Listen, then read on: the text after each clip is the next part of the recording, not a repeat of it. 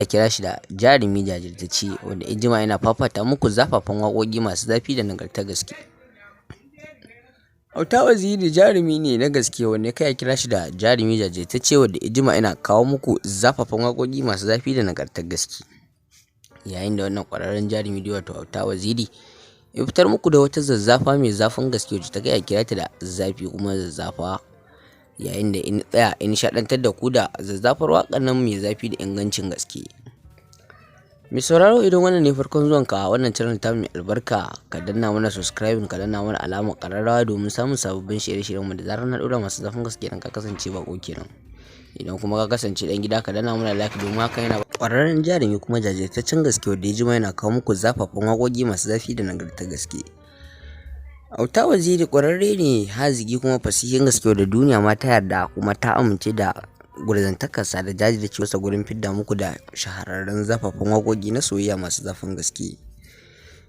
Mai sauraro kada ka sha'afa ka shagala ka manta ka danna mana subscribing ka danna mana alamar ƙararrawa domin samun sababbin shirye-shiryen mu da zarar na ɗora masu zafin gaske dan ka kasance bako kenan.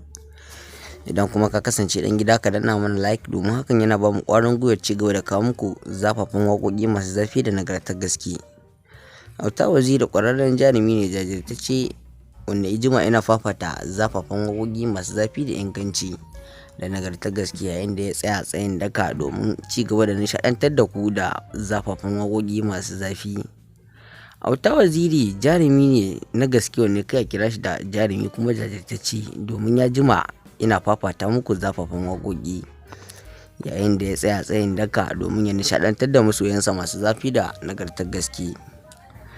Mai sauraro wannan shahararren haziƙin jarumi dai wato Auta Waziri idan baka manta ba mun saka muku kaɗan daga cikin irin zafafan waƙoƙinsa masu zafi a baya yayin da a wannan lokaci kuma ya saka muku ragowar zafafa masu zafin gaske.